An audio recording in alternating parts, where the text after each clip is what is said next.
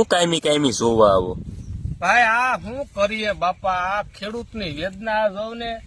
8 દિવસથી વરસાદ ચાલુ છે, હજી ચાલુ છે. હું તો ગામમાં રેખા કરી દીધી ને અહીંયા કાયમી આવવાનું કારણ એમ કે આપણે જાણે હગો બાપ મરી ગયો હોય ને કેમ કાયમી સવારમાં ઉઠીને આહુડા પાડીએ, એમ ખેતરની હેઠે આવીને કાયમી આહુડા પાડીએ.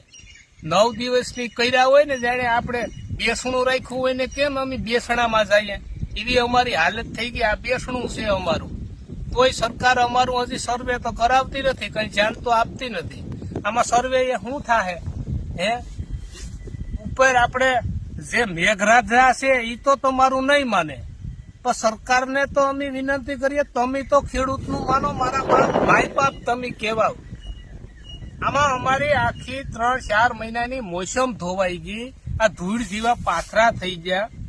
હવે હાથે પૈકે લાગી ગયા. તમારે સેટેલાઇટ થી જોવું હોય તો આ પાથરામાં હું ધૂળ થઈ ગઈ.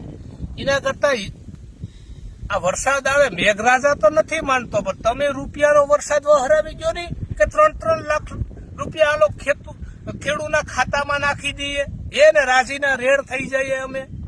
અમને શું કરવા રોતે પાણી રડાવો મારા બાપ? આમાં શું કરીએ અમે? કીની મેરે જાવું ને? ચૂંટણીનું ટાણું હોય તો તમે અમારા ઘર તરત ગોતી લો. અయ్યો ભાઈ આ સ્લીપું અહીંયા મતદાન નાખવાનું છે. અમને પણ ગિલગિલિયા થઈ હતી, અમે પણ દઈ આવીએ મત. હવે અમારે તમને કહેવાનું ટાણું આવ્યું મારા બાપ. આમાં પાક ધિરાણ અમારી ઉપાડી ગયેલ છે. હવે આ 12મો મહિનો આવ્યો, 12મો મહિનો હમણાં આ બધી વરસાદ હજી તો ચાલુ જ છે. માગસર મહિનામાં ને તો ઘઉં નહીં વવાય, ઘઉંની મોસમ પણ અમારી તો ફેલ થાય. હવે બગીચામાં અમે આઈસારા જ છીએ. 12મા મહિનામાં મોર આવે તો હવે બગીચા તો અટાણે કોરાઈ ગયા.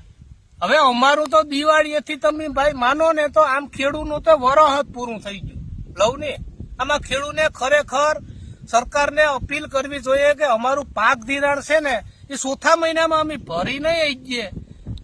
એટલે એ માટે થઈ ને તમે અમારી ઉપર ધોધેવો વહરાવો કે અમે રાજીના રેડ થઈ જાય. અમારી લોન છે ને એ સમજ માફ કરી ગયો. એટલે અમારે કઈ આમાં પછી છે આ ઉપર અમારો બાપ બેઠો ને આ હેઠે ધરતી માં છે એ અમારી માં છે. અમે એની મારે માગી લે હું પૈકે લાગીને. હવે બીજું તો શું કરવું?